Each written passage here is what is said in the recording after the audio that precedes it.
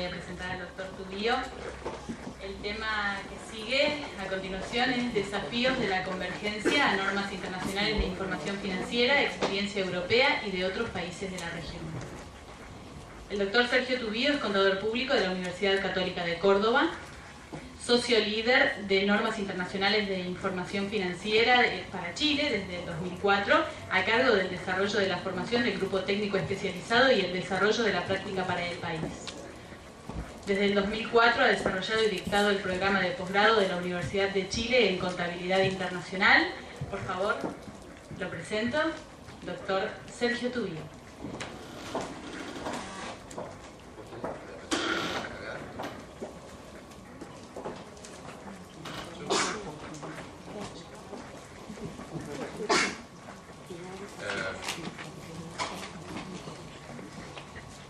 La primera parte de la presentación de Ana María, mi expectativa era que mezclara el español con el brasileño. Eso es lo que ocurrió poco.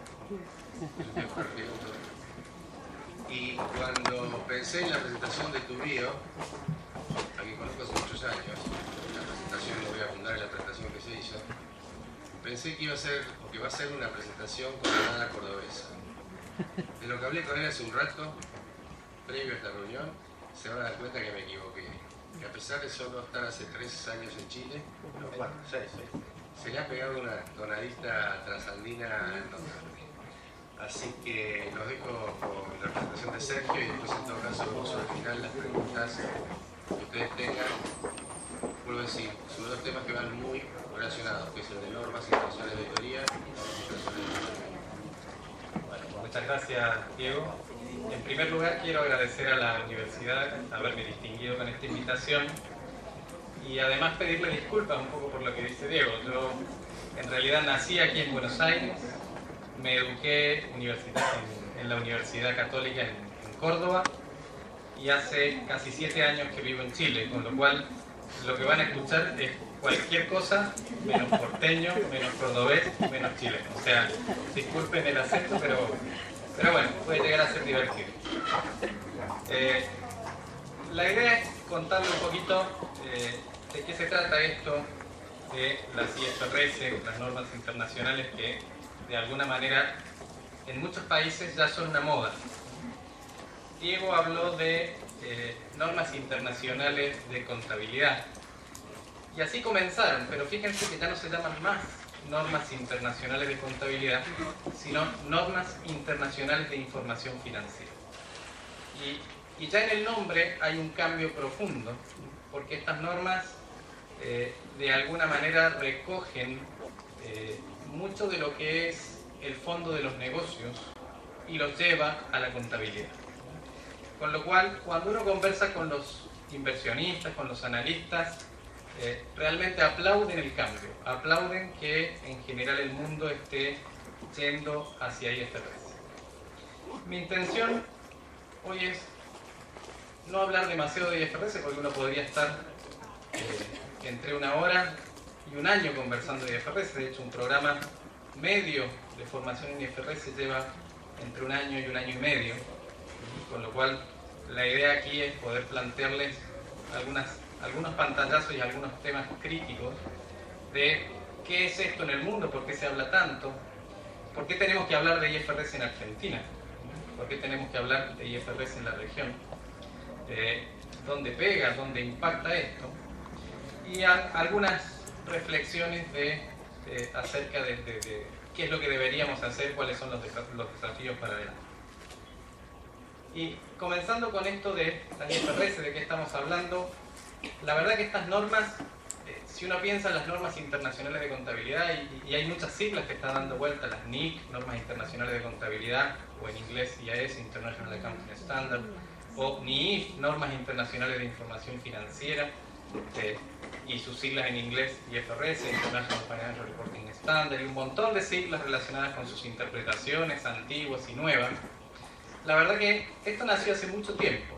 Si mal no recuerdo, por allá, por el año 73, ya las IAS pretendían ser la norma contable para Europa. Ahora, la verdad que yo diría que fracasó el intento de internacionalizar esas normas, hasta que por allá por el año 99, Europa como parte de ese proceso de unificación que terminó en una moneda común, pretendió también eliminar las barreras en los mercados de capitales, unificando la normativa de los estados para la emisión de los estados financieros. ¿Y esto por qué? Porque era común ver en los distintos mercados europeos los estados financieros de una misma compañía mostrando en algunos lugares utilidades, en otros pérdidas, en un lugar un patrimonio, en otro, y realmente cuál era el de verdad. Estas distorsiones que se generaban en los mercados de capitales pretendían ser removidas con estas normas. Es por eso que allí tienen que se reescribieron esas normas que nacieron en el año 73, aproximadamente 3.000 páginas a comienzos del año 2004.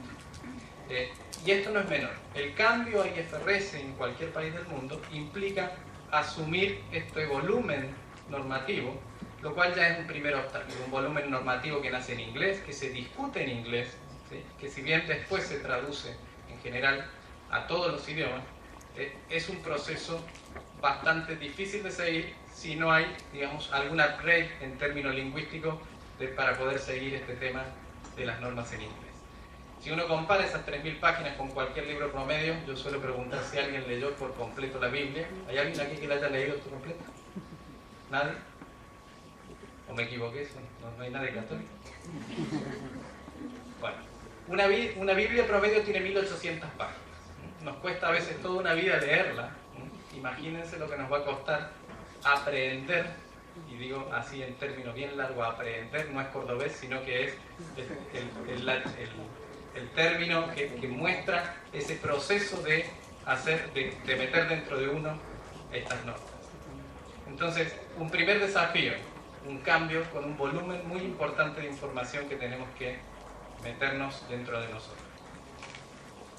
Son más o menos unas 38 normas en la versión antigua, que si bien es la versión antigua, las IAS o las NICS, en verdad han sido en su mayoría revisadas y modificadas, y hay 8 normas nuevas, que ya se llaman IFRS, y cada vez que salga una nueva norma se va a llamar IFRS, que conforman este cuerpo normativo al cual nos vamos a referir.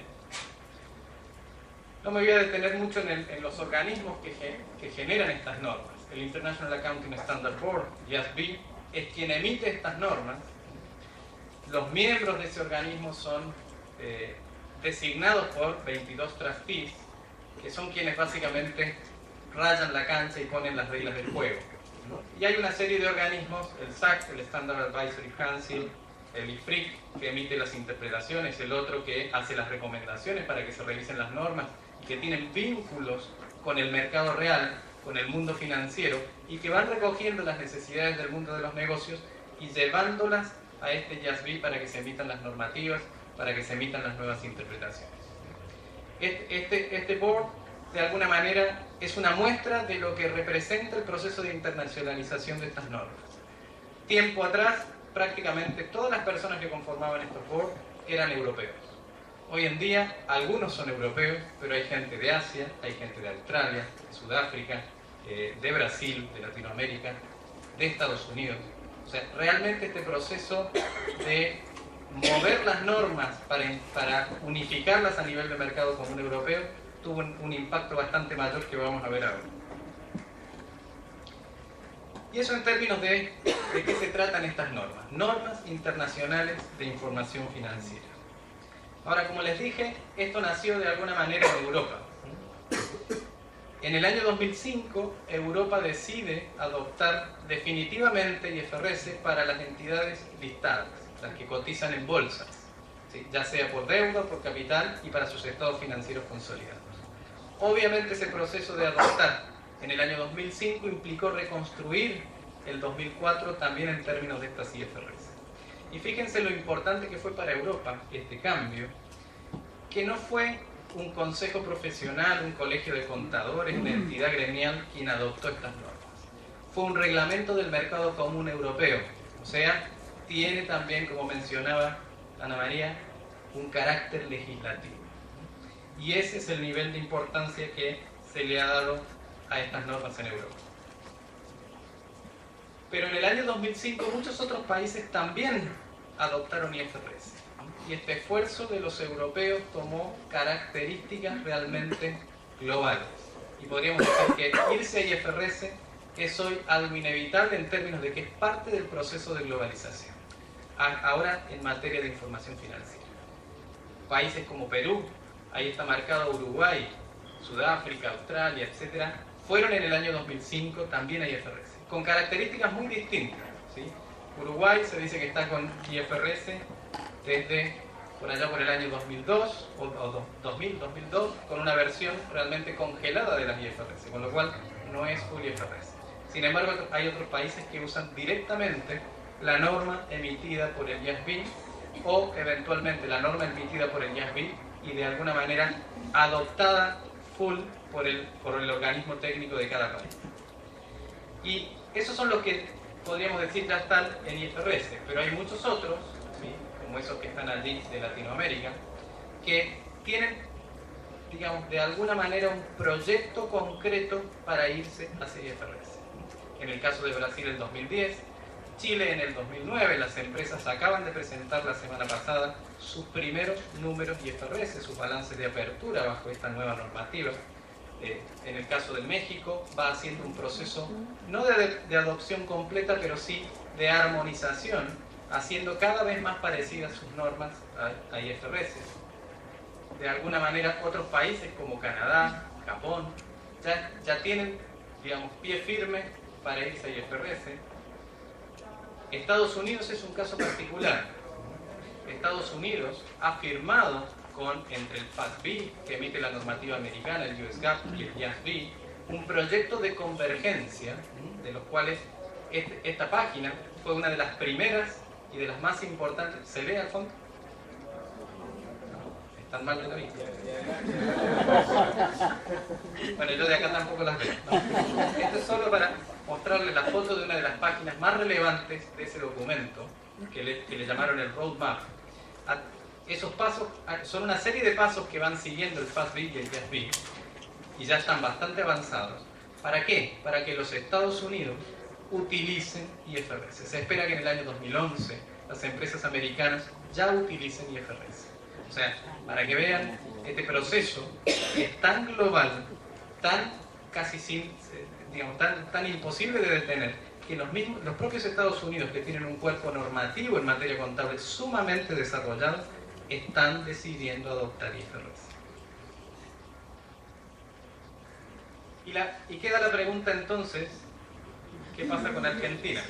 No se asusten que no la vamos a tirar al océano, ¿no? Es solo un efecto. ¿Qué está pasando en Argentina y por qué esto de las IFRS en Argentina? Obviamente porque es un proceso global. Obviamente porque así como las normas de auditoría se internacionalizan, las reglas económicas se internacionalizan, así como se firman tratados de libre comercio, así como trascienden las fronteras en general todos los efectos económicos, el tema de información financiera no es ajeno a ello. De alguna manera, ¿qué es lo que pasa en Argentina? En Argentina hay un proyecto concreto, ¿sí?, para adoptar IFRS al principio en las empresas que cotizan en bolsa, en las que están en la CNB. El proyecto prevé, de alguna manera, adoptar IFRS para quienes cierran en diciembre a contar del año 2011. O sea, el año 2011 va a ser el primer estado financiero IFRS para las empresas que están en CNB. Obviamente ello implica reconstruir el año 2010.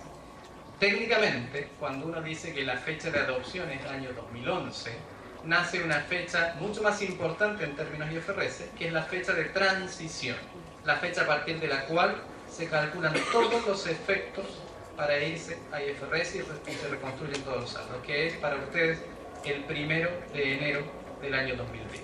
O sea, estamos a prácticamente un año y medio de eso. Para que tengan una idea, un proyecto IFRS toma entre 1 y 2 años, dependiendo de la compañía. En Chile, en general, las compañías se han tomado eso en promedio para poder lograr el proyecto completo, cambiar los números, cambiar las cifras, adaptar sus sistemas, etc. O sea, en Argentina estamos bien, pero estamos full. Gráficamente, ¿qué representa eso?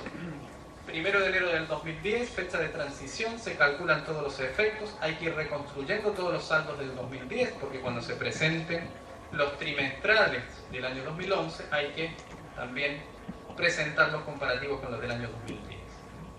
Y acá hay un tema bien importante. Las normas que tienen que aplicarse son las normas que van a estar vigentes en el año 2011. Y eso es una mala noticia. ¿Por qué una mala noticia? Yo les mencioné que entre Estados Unidos, y el FASB y el GASB están en un proceso de convergencia. Para poder converger a IFRS, el GASB y el FASB están modificando de manera violenta las normas. Hay proyectos de cambio muy importantes de aquí al 2011. ¿Qué significa? Significa que Argentina se va a subir a un tren que está en movimiento. Significa que cuando ustedes estén tratando de aplicar para el 2011 IFRS y tratando de reconstruir los saldos hacia atrás, tienen que estar usando la norma del 2011 para todos los periodos hacia atrás.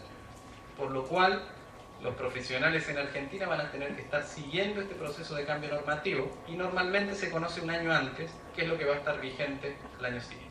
Ejemplo, en Chile, 1 de enero del 2009 parte con la reconstrucción del año 2008 para IFRS. Ya hoy 2008 se están reconstruyendo los saldos con las normas que van a estar vigentes en el año 2009. Hace unos pocos meses, en mayo, se modificaron 25 normas. ¿Sí? Esos 25 cambios van a estar vigentes a partir del año 2009, con lo cual muchos de los procesos de convergencia tuvieron que modificarse, nuevas modificaciones del sistema, nuevos cambios, y eso es parte del proceso. No es para alarmarlos, pero lamentablemente así. ¿Qué implica aplicar IFRS? ¿De qué estamos hablando? Recién les mostré que hay un gran cambio en volumen de normas que tenemos que aprender. Hay una gran inestabilidad normativa en términos de que hay muchos proyectos de cambio. No inestabilidad porque no se sepa qué es lo que viene, sino porque hay una agenda de cambios muy consistente entre los americanos y el GASB. Pero además hay un gran cambio filosófico en los principios que estaban arraigados en las normas internacionales.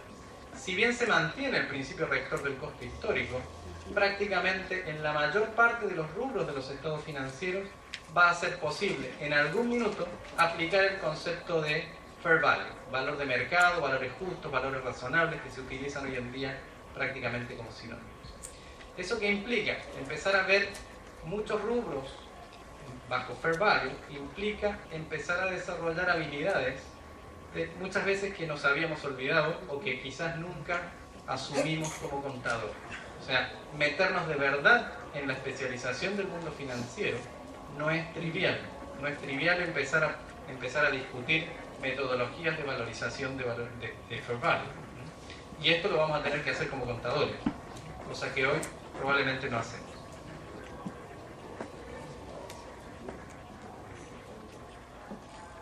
Cambio filosófico, volumen normativo, cambios en las cifras. Este slide muestra las primeras compañías que se fueron a IFRS, cómo variaron sus patrimonios, cómo variaron sus resultados. Si ustedes ven allí, hay cambios importantes. En la mayoría de los países se producen cambios importantes. Ojalá todas las compañías pudieran pasar lo mismo que les pasó a BMW. 18% más de resultado en su primer año, 93% más de patrimonio. Pero eso no necesariamente es así. Esto, por ejemplo, extractado de las publicaciones que hicieron las empresas chilenas la semana pasada, ¿qué les pasó en Chile? Estas son las 10 empresas que más crecen de un universo de aproximadamente 190 compañías que presentaron información. Fíjense que los patrimonios llegan a crecer 60%, 47%, 30%, con distintas causas. Minera Valparaíso crece 61% de su patrimonio. Eso está en miles de pesos chilenos, lo que implica que en el caso de Minera Valparaíso, 857 mil millones de pesos chilenos, para que tengan una idea, son 1.600 millones de dólares. ¿Qué significa eso? Significa que las reglas contables cambian violentamente. En ese caso es por valoración a fair value. Esa es una holding de inversión. el impacto del fair value sobre las valoraciones financieras. Si ustedes ven por ahí abajo, CGE crece prácticamente 400 millones de dólares su patrimonio. ¿Por qué? Tasaciones de activos fijos. O sea, los cambios son por diversas causas, de las más diversas en verdad, pero que pueden llegar a ser violentos. Y ahí les muestro, por ejemplo, las 10 que más bajan. En promedio bajaron 14%, hay algunas que bajaron cerca del 30%. ¿Por qué? La primera, por ejemplo, yo recién les mencioné CGE, una compañía eléctrica que creció 400 millones de dólares. La primera es la Empresa Nacional de Electricidad, el mismo rubro, y cae 650 millones de dólares su patrimonio. ¿Por qué? Porque utilizó políticas contables diferentes. O sea, IFRS, además de la complejidad técnica que trae muchas alternativas de valoración de política contable. Mientras la otra eléctrica se fue por tasaciones técnicas, esta compañía se fue por costo histórico. Reconstruyó su costo histórico, quitó las correcciones monetarias en nuestro ajuste por inflación argentino, ¿sí? Y ese es el valor que llegó. Reconoció impairment. O sea, el ejercicio de decisiones de política contable bajo IFRS, decisiones informadas, decisiones deliberadas de parte de los directorios, es un hecho esencial. Y nosotros como contadores públicos tenemos que ser una pieza fundamental en el consejo a las compañías. ¿Por qué elegir una política contable? ¿Por qué elegir otra? Y si no estamos preparados para entender los fundamentos que corren por debajo, mal podemos aconsejar a las compañías. Y así podríamos hablar de montones de cambios y dar muchísimos ejemplos. Y la verdad, no sé, ahí tienen BMW, por ejemplo, en Europa, que pasó de 9.800 millones de dólares de patrimonio a 20.900 millones de dólares de patrimonio. Un importante crecimiento.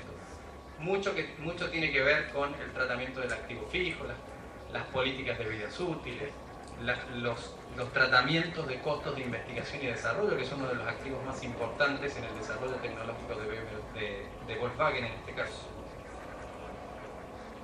Esta es otra compañía donde básicamente, si se fijan, las ventas crecieron 7%, el resultado operacional 118%, sin embargo el bottom line, la última línea, cayó 54%. O sea, no solo los totales de patrimonio, no solo los totales de resultados, sino también la composición interna de los números cambia y mucho. Bueno, hay una más familiar, Telefónica de España, que pasó de 16.000 millones de patrimonio a 10.600 millones de patrimonio, reconociendo de alguna manera todo el impairment relacionado con sus inversiones en Latinoamérica como principal ajuste. Y así podríamos repasar y divertirnos o aburrirnos con un montón de reconciliaciones y casos reales que ya están, digamos, revelados en el... Ahora bien, los números son un tema, el volumen normativo es otro tema, los cambios filosóficos sobre estas normas son otro tema. Pero también todo lo que es revelaciones, y eso en Argentina va a impactar muchísimo. No solo la información por segmentos que en algunos países no se da, pero que aquí de alguna manera ya hay mucho de eso, pero todo lo que tiene que ver con riesgo, administración de riesgo financiero, poder revelarle al mercado cuáles son los riesgos a los cuales estoy expuesto, cómo los administro, cómo los gestiono, y análisis de sensibilidad de esos riesgos. Y esta es una información que realmente a los inversionistas les sirve mucho, y más si lo analizamos en el contexto histórico de crisis financiera que estamos viviendo. Piensen ustedes que esta información que se revela de acuerdo con IFRS sobre riesgos tiene que mostrar, mejor dicho, los riesgos de concentración de crédito. En algunos casos se llegan a mostrar hasta el rating crediticio donde tengo concentración de riesgo. ¿Qué pasaría si se mueven en determinados porcentajes mis principales riesgos de tipo de cambio? ¿Qué pasaría si sube o baja el tipo de cambio de determinado porcentaje? ¿Cómo hubiese sido mi estado de resultados? ¿Qué pasaría si suben o bajan las tasas de interés? ¿Cuál hubiese sido el efecto en mi estado de resultados? Y así para cada uno de los riesgos financieros a los cuales está expuesta una compañía. O sea, esta información realmente es extremadamente útil para poder evaluar la posición de una compañía ante esos riesgos y cómo se gestiona. Ahora bien, Esa frase no la inventé yo, la saqué de una presentación que General Motors hizo cuando cerró su proyecto de IFRS. Dijo, si bien hay cambios en los números, si bien hay cambios en filosofías, etcétera, y en las revelaciones también, dice, a menudo el demonio está en los detalles y los problemas realmente son inesperados cuando uno migra hacia IFRS. ¿Qué significa eso? Significa que los impactos no solo están allí, sino también en lo que la organización necesita para adoptar IFRS. Al principio uno piensa que esto es un cambio contable. De alguna manera uno diría que la mayoría piensa que es un cambio contable. Y la verdad que es cierto, es un cambio de norma contable. Ahora, las consecuencias que tiene ese cambio de norma contable, la verdad que son, en algunos casos, muy, muy gravosas. Ojalá las compañías que ustedes estén o con las cuales se relacionen no lo sean. Pero mi experiencia estos últimos 4 años, digamos, en Chile, y casi 10 haciendo conversiones, la verdad es que no es así. ¿Y por qué no es así? Al principio uno se dedica a cambiar los estados financieros, el balance, el estado de resultados, las revelaciones, y por allí comienza. Pero cuando empieza a verse los efectos que producen estos cambios, a veces tan violentos en las notas contables, obviamente se modifica el EBITDA, se modifican los covenants financieros. Para que tengan una idea, en Chile, cuando se consolidó, al consolidar las cifras que se presentaron la semana pasada, el pasivo consolidado de todas las entidades que presentaron esto creció un 52%. ¿Qué significa en términos de los ratios financieros de las compañías? Que si uno les calcula el ratio, por ejemplo, de apalancamiento, de endeudamiento, deuda sobre patrimonio, pasó de un promedio del mercado de 0.9 a 1.3. Eso significa que muchas compañías van a quebrantar sus covenants al irse a IFRS. Y esto ya se está viendo. ¿Qué implica quebrantar covenants? Todos lo saben. ¿Sí? Aceleramiento de las deudas, o tener que pagar terribles waivers a los bancos para poder obtener cambios en las condiciones, alza de tasas de interés, etc. Y esto es una consecuencia simplemente de cambiar los cifras. Piensen en compañías que no tienen previstos los cambios contables dentro de sus contratos, tienen que sentarse a renegociar covenants. Cuando empezamos a hablar de balances, utilidades distribuibles, ¿qué hacemos con los ajustes de primera adopción? ¿Se distribuyen? ¿Qué pasa si me como los resultados acumulados que traigo de ejercicios anteriores? ¿Se los quito a los accionistas? ¿Y qué pasa que si me los distribuyo antes? O sea, ese tipo de efectos vienen. Y ni que hablar en márgenes. El otro día estábamos haciendo una conversión de una entidad que produce bienes de consumo masivo, super cíclico. El margen le bajaba 22%, para que tengan una idea. O sea, ¿es importante el margen en la medición financiera? Claro que sí. Y así uno podría hablar de muchos efectos. Bonos, esquemas de remuneración. No es que hay que pagarle a los contadores más porque hacen IFRS. Si pueden, los aliento a que pidan más para aplicar IFRS. Pero básicamente muchos esquemas de remuneración hoy son variables, atados a los números de los estados financieros. En la mayoría de los países hubo que revisar los esquemas de remuneración variable para poder adaptarlos a los nuevos números. Y así, si uno se pasea por toda la organización, se va a dar cuenta de que hay muchas cosas que afectan o se ven afectadas por este tipo de cambios. Pero además, hay varias áreas adicionales que se ven sumamente golpeadas. Todo lo que tiene que ver con procesos contables, procesos de administración financiera, procesos. Hay compañías que cambiaron toda su forma de vender producto de cómo les golpeaba en los criterios de reconocimiento de ingresos. Hay compañías que cambiaron toda su estrategia de hedge, de cobertura financiera, producto de que de repente tuvieron que modificar su moneda funcional. ¿Qué es esta de la moneda funcional? Que es un tema que en Argentina no tenemos asimilado, que es que bajo IFRS las empresas llevan su contabilidad en la moneda que es representativa de la forma que se ganan sus ingresos y que los gastan. Hay compañías en Chile, muchas, que tuvieron que migrar de pesos a dólares, o al revés, de dólares a pesos. el mundo de la minería, que básicamente está totalmente comoditizado, el mundo de la celulosa. Hay compañías en Argentina que tienen algún riesgo de tener que cambiar contabilidad. Y eso significa que si hoy están trabajando en pesos argentinos y haciendo alguna estrategia de cobertura, probablemente en lugar de mitigar riesgos, estén incrementando riesgos. Entonces todo eso cambia. Cambia lo que tiene que ver con sistemas. Claramente hay mucha información nueva, muchas revelaciones nuevas. Los sistemas en general no están listos para proporcionar los datos. Hay que modificar los sistemas, hay que modificar procesos y de alguna manera también hay que modificar la gente. Y esto no significa cambiar la gente. En algunos casos hay que cambiarla si no se quieren poner a estudiar IFRS. Pero de alguna manera el tema de modificar la gente, ¿qué es? Cambiar la resistencia a las modificaciones normativas, instrumentar procesos de capacitación tempranamente. Mal podemos hacer un cambio en una compañía si los recursos no están disponibles. Y la única forma es capacitándose. El otro tema tiene que ver con el proceso de concientización de la gerencia. ¿Y por qué el proceso de concientización de la gerencia es relevante? Porque, como ven, esto golpea muchas áreas de la organización. Dependiendo de la complejidad de la empresa, serán las áreas que se golpean.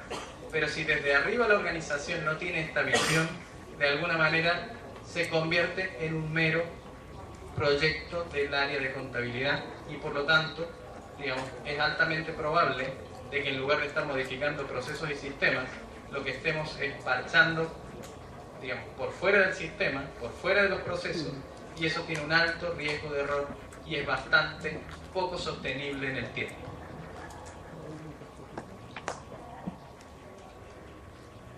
Bien.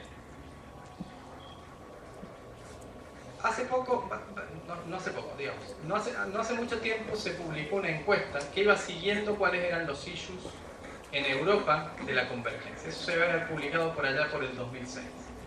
Se reeditó bastante en Chile cuando Chile se va a IFRS. ¿Por qué? Porque obviamente uno aprende de los aciertos y de los errores de quienes ya han ido a IFRS.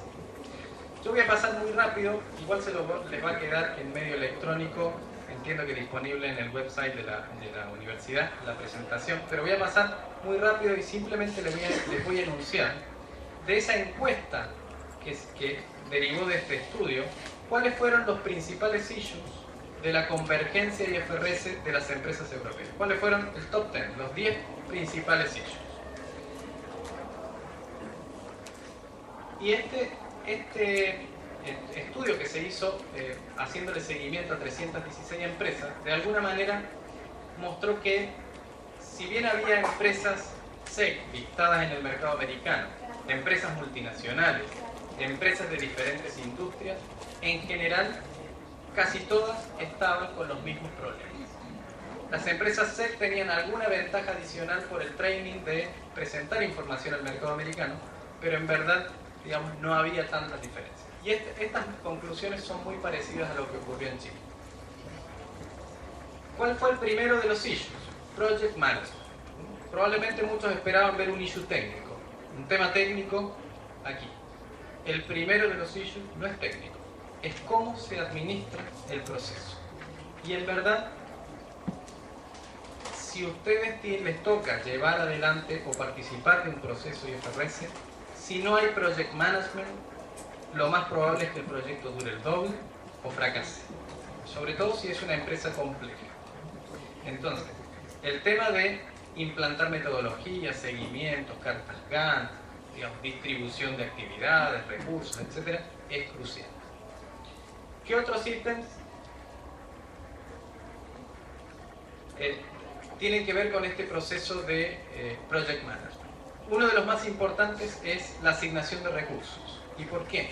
Primero, porque no es fácil tener recursos calificados. Y segundo, porque cuanto más se tarda, más difícil es conseguirlos.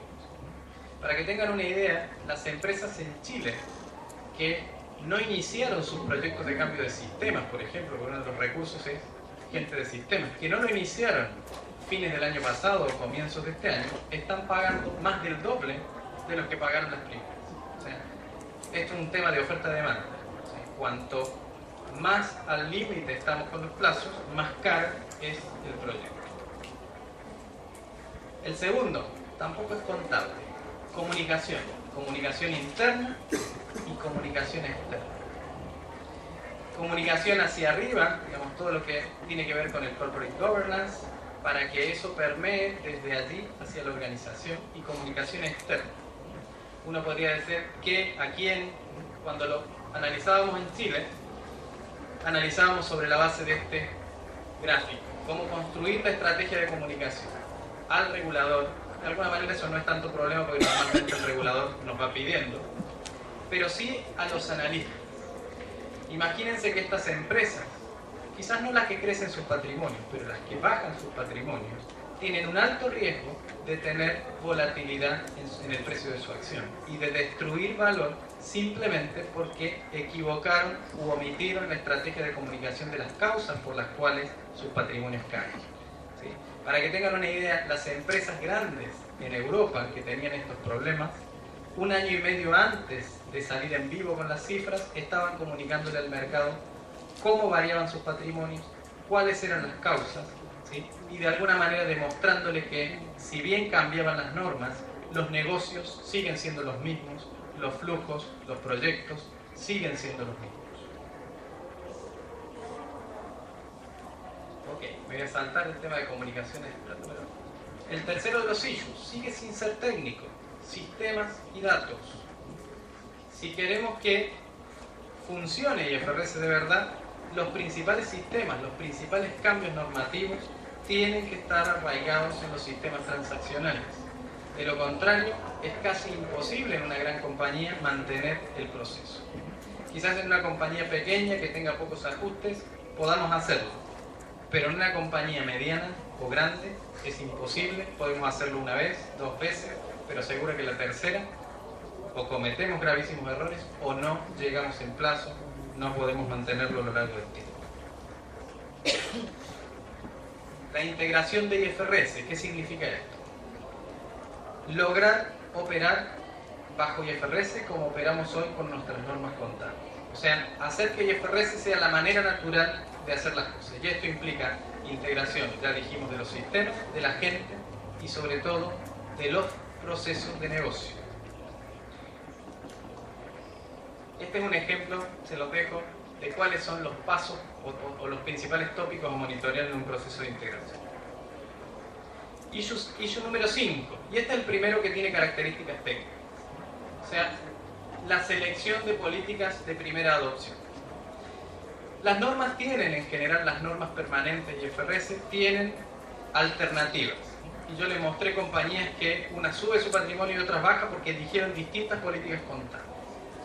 Adicionalmente a las alternativas que hay en distintas normas, no sé, en el activo fijo, la NIC 16, me puedo ir al costo, me puedo ir a fair value, ¿sí? En las propiedades de inversión lo mismo, de repente en las existencias puedo utilizar fijo, puedo utilizar precio medio ponderado, un estándar que no se distancia de ellos, el método del retail, etc. Adicional a toda esa gran cantidad de opciones, la norma de primera adopción, la IFRS número 1, trae a su vez exenciones u opciones que me permiten solo en la primera vez utilizar algo distinto a lo que dicen las normas. Con lo cual hay 14 opciones disponibles que me permitirían no reconstruir combinaciones de negocios, adoptar un costo histórico del activo fijo que me lo invento por una serie de mecanismos que me prevé esa norma. O sea, hay un montón de opciones que en la primera aplicación van a ser determinantes de cuál es mi patrimonio inicial y probablemente de cuáles son los resultados futuros a los cuales voy a tener. Instrumentos financieros. Aquí básicamente todo el tema que tiene que ver con tratamiento de derivados, tratamiento de cobertura, todo lo que tiene que ver con valorización de esos derivados, esas coberturas y los instrumentos financieros. Obviamente es un tema de alta especialización que requiere mucha destreza, no solo desde el punto de vista financiero contable, sino básicamente de las finanzas de alta especialización en términos sobre todo de instrumentos, los habituales que nosotros conocemos swap, forward, eso ya de alguna manera ya son obsoletos. Hoy en día la combinación de instrumentos, los swaps, los caps, los floor, es una variedad que prácticamente nos sorprende todos los días. Beneficios de empleados. Esto en Europa fue uno de los temas que más golpeó. Muchos beneficios off balance sheet, ¿sí?, tuvieron que ser traídos al balance y de alguna manera fue el ajuste que mayor impactó en los patrimonios a la baja. Consolidación. Consolidación de entidades de cometido especial, consolidación de muchas estructuras de financiamiento, estructuras tributarias que se montan de alguna manera para sacar fuera del balance deudas, sacar activos fuera del balance, y que, de acuerdo con IFRS, si en el fondo existe un control económico, entendiendo como control económico que la entidad en definitiva sufra los riesgos y los beneficios derivados de la actividad de esa entidad, hace que se consoliden y por lo tanto vuelven las deudas y vuelven los activos a esos balances. Información por segmentos, mostrarle al mercado de alguna manera para cada unidad de negocios significativa cómo son mis resultados, cómo es mi estrategia de inversión, cuáles son los activos que tengo afectados, etc. Es sensitivo. En Chile, por ejemplo, compiten entidades chilenas que van a mostrar esta información con entidades transnacionales que no muestran esta información en Chile. Y por lo tanto están viéndose desventajas competitivas importantes. Empresas que producen bienes que son esencialmente adquiridos por retailers, por supermercados, grandes cadenas de supermercados, que le van a estar mostrando a los supermercados cuáles son sus márgenes por unidades de negocios, ¿sí? ¿Saben qué significa eso? Significa que en las negociaciones estos retailers lo que van a lograr son bajas significativas de sus precios porque van a conocer exactamente los márgenes por unidad de negocio. O sea, ese tipo de efectos, si bien esto es muy bueno en términos de transparencia, generan, digamos, impactos que realmente algunas industrias no desean y se ven muy reticentes a adoptar este tipo de información. Y el último de los issues en el caso de Europa tenía que ver con las combinaciones de negocios. ¿Por qué? Porque los tratamientos eran muy distintos. Nosotros en Argentina tenemos algo parecido, ¿sí?, a lo que era la NIC 22. ¿Sí? La NIC 22 fue la norma predecesora de la IFRS número 3, que conserva diferencias en los métodos de valorización y conserva diferencias en cuáles son los activos y pasivos que se pueden registrar al momento de la combinación de negocios. Para los europeos había algunas jurisdicciones que no tenían esto y por lo tanto el cambio fue bastante poco. Y así podríamos seguir enumerando cosas. Pero lo que yo quiero significar con esto, y sin pretender aburrirlos demasiado, es que hay muchos temas que abordar. O sea, si ven aquí impactos en la deuda, creció 15% en Europa. Si ven las causas, digamos, de movimiento de los patrimonios en Europa, pueden encontrar N ajustes, las pensiones, como ya les dije, los instrumentos financieros al alza. Y si lo vemos en Chile, lo mismo. O sea, van a tener N cosas que pueden mirar. Pero ¿cuál es lo que yo quiero significarles con esto? Hay muchos cambios. Hay muchos cambios en los números, muchos cambios en los procesos, muchos cambios en los sistemas.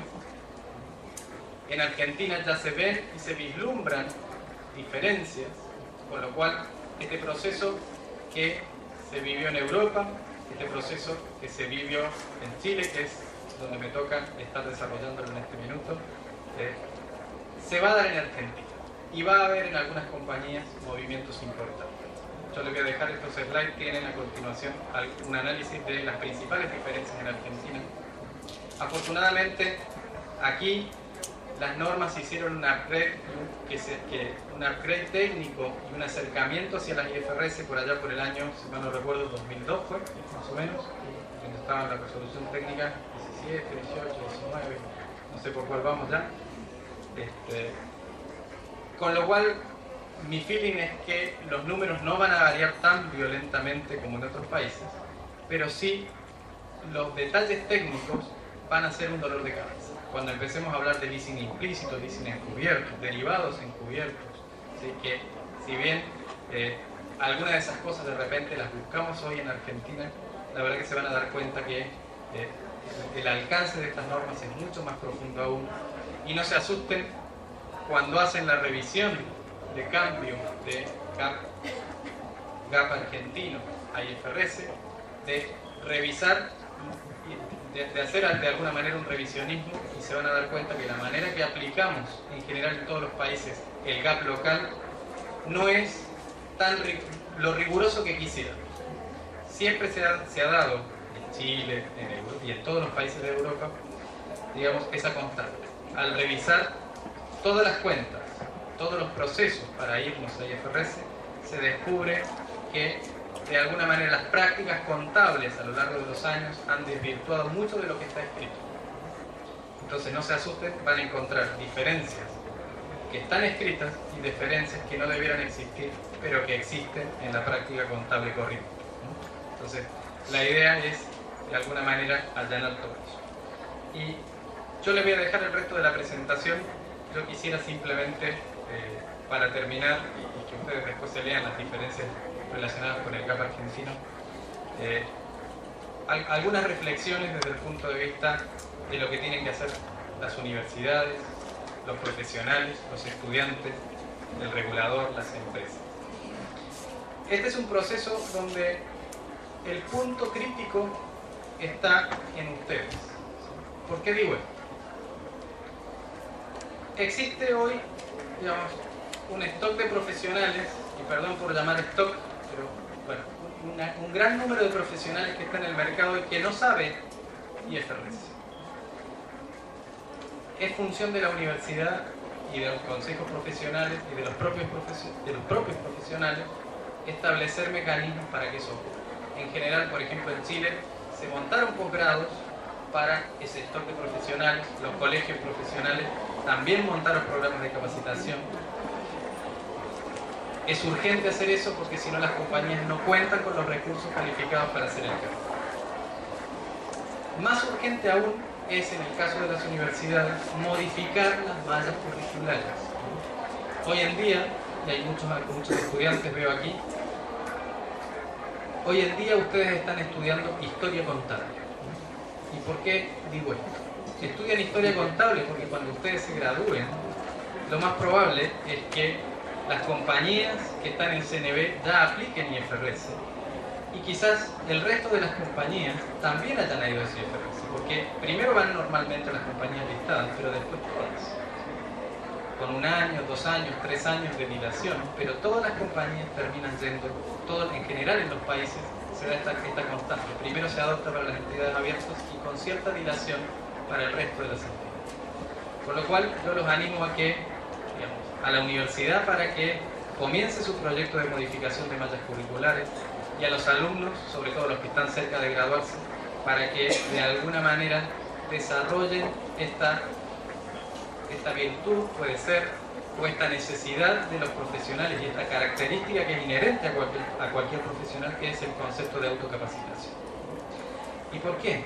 Yo les dije, estas normas se mueven violentamente de aquí al año 2011.